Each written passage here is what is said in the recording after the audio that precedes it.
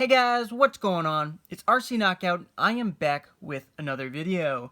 Now, if you're new to the channel, my name is Nolan, and in today's video, I have got another upgrade for the Cheapest Traxxas Slash project. So, what is the upgrade, you might ask? Well, right here, I have got RPM suspension arms. So, RPM arms for both the front and the rear. We're going to install these today. Then, in a future video, we're going to test them out. So, right now, it's just running the stock arms. I know the RPM uses a different type of plastic, so their arms are super flexible, I know. Let's jump right into the install. Alright guys, so jumping into this install, I think I'm going to start off with the front suspension arms first. So the first thing I'm going to do is I am going to remove the wheels, and those are held on by a 7mm. 7mm nut is what holds the wheels on. So get those loosened.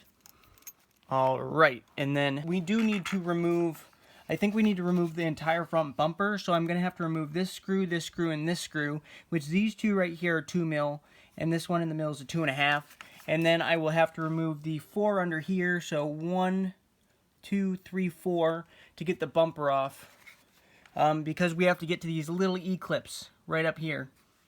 Alright, I've got my 2mm. I'm going to take out those 2 screws in the top.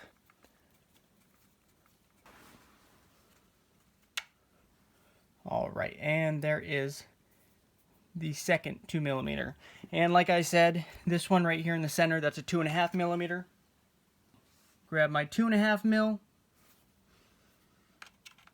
and get that one undone. Alright, now I have that 2.5mm removed. Now we need to focus on the bottom, and in order to get the bottom portion of the bumper off, we have to remove these 4, 1, 2, 3, 4 right here. Those I believe are also 2.5mm.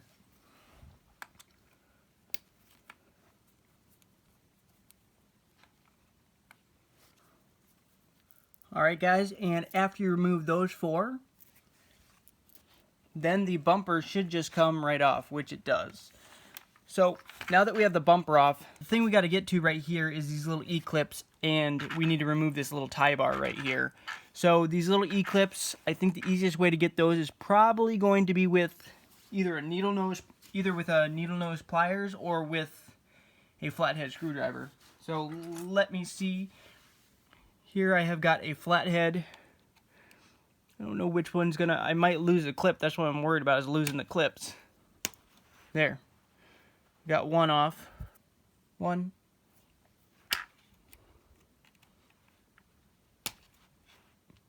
And there we go. 2. So now we have both those E-clips off. Now we can just remove the little plastic tie bar. Set that aside. And now we can just, I believe, push the pins through the back. So push the pin through the back, and then there is an E-clip on the other side. It's kind of dirty because I have greased this thing and I have put WD-40 on it, so everything's a little bit kind of greasy and oily. Let's see. We do need to remove the 2mm. There's a 2mm right here that holds the shock to the suspension arm. 2mm.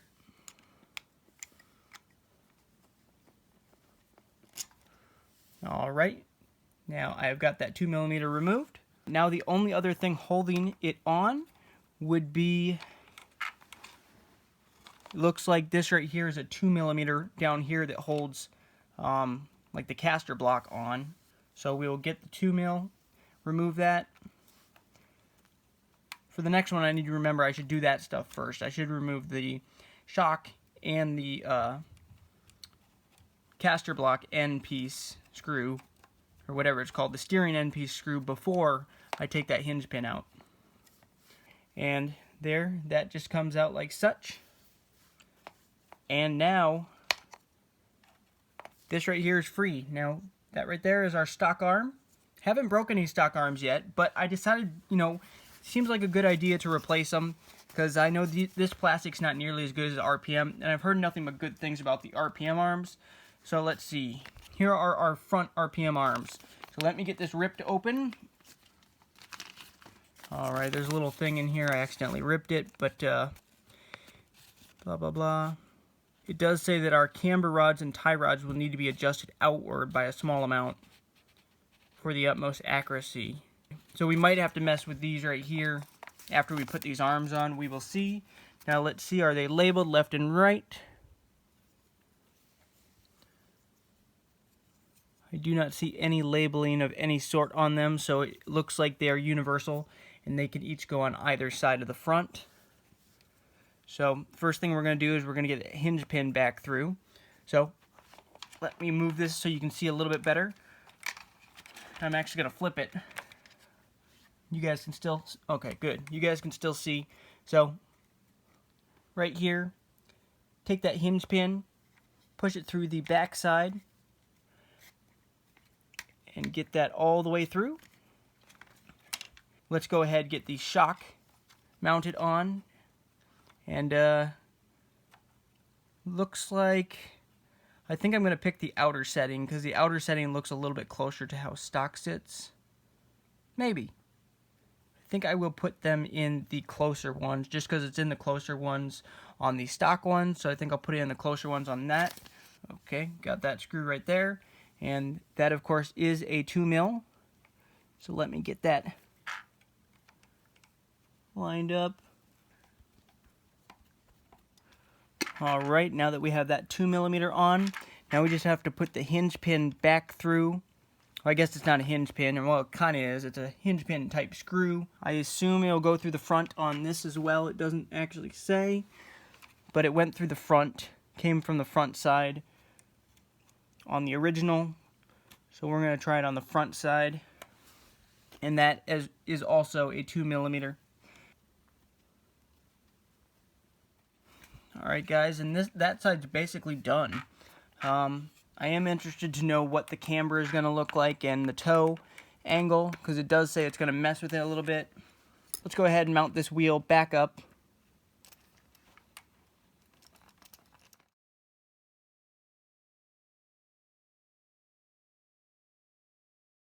And let's go ahead and get that hinge pin, this hinge pin brace put back on, just like such. Does it matter? I don't think it matters which way. Nope. So get that back onto either side, and now is the tricky part to get these little clips back on.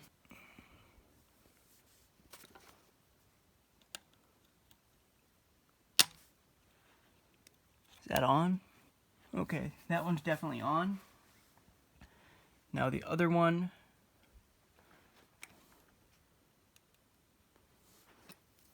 we'll try using the pliers once again.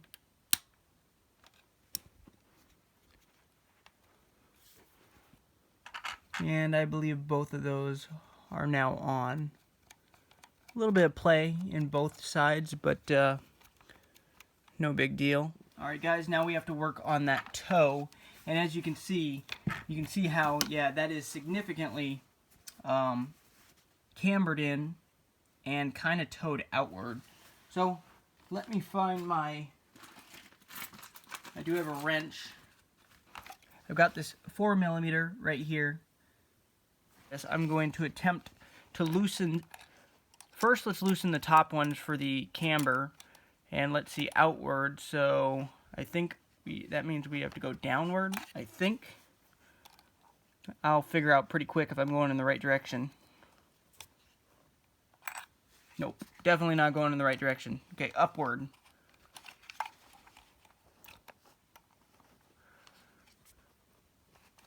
That's significantly better. Yeah, doing it from the front. Yeah, I should have done it from the front to begin with. So go ahead, loosen that up, and now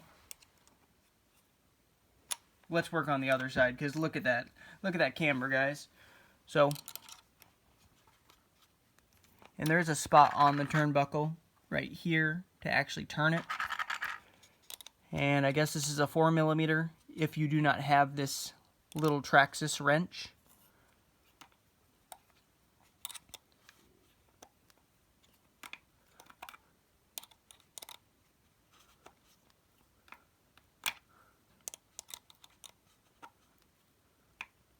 Alright, I think we'll stop there and try to work on the steering links, because the toe is toe outward quite a bit.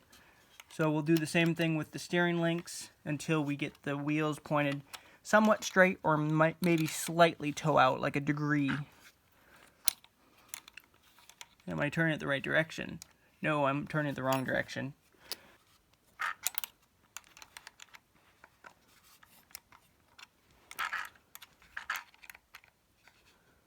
Quite a few turns, it looks like. They said a little bit. I'd say that's a lot of bit. I think I'm going to adjust the other one off camera. No point in filming it, but it's the exact same procedure. Basically, turn the turnbuckles outward until you have the steering and the camber set properly. So I'll be right back once I get that finished up. Alright guys, that took a bit of time, kind of messing with it, but I feel like I got it pretty good. The front wheels straight. Had to turn the turnbuckles out quite a bit. I was actually a little bit worried that I was turning that turnbuckle on that side too far out. Hopefully there's still enough threads holding it, but yeah, you do have to thread those turnbuckles for both the camber and the toe for your steering quite a bit in order to get these to look like they're pointed halfway straight. So now I'm going to get the bumper put back on.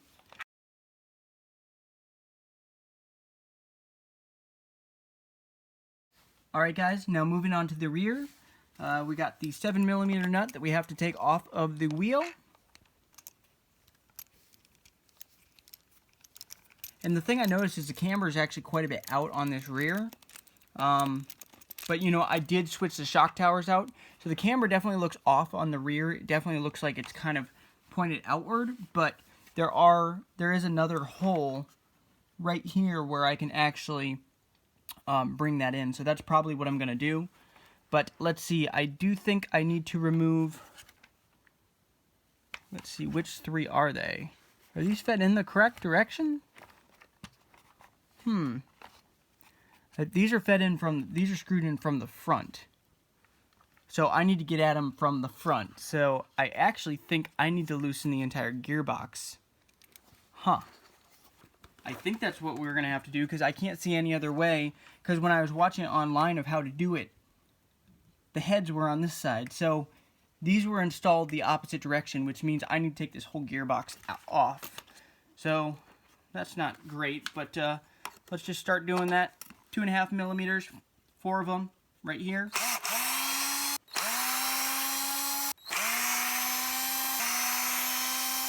Alright, now let's see what else do we have to remove. Alright, looks like we're going to have to remove these two right up top. These two that hold the shock tower on, because those appear to be screwed into the blue portion, the actual middle chassis, or the main chassis. So those are 2mm. And got 2.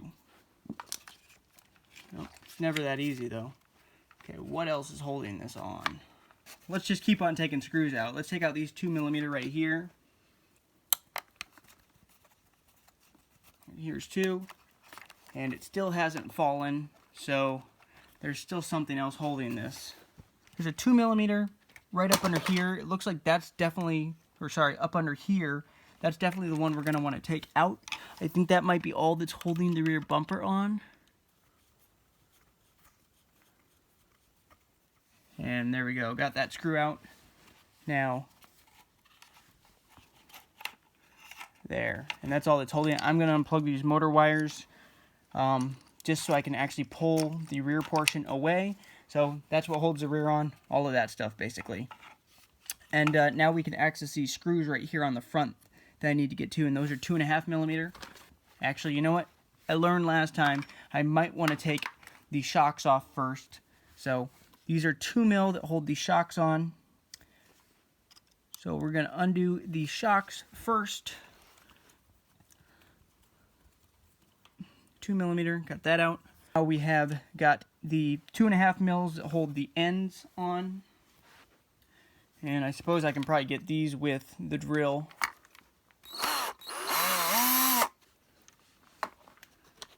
And those come out like such. Now the last one is going to be these 2.5 that then hold, I hope you guys can see, it holds the inner portion, the inner pin, I guess, of the suspension arm on. Oops, bumped the camera, my bad. And there's one out. Let me open up the new ones. Gotta open up the new ones.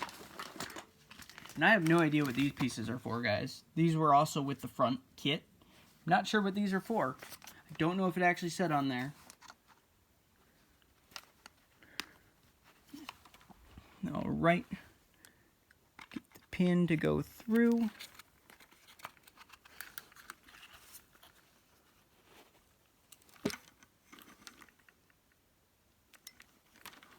Alright, so let's go ahead and put the bottom one in.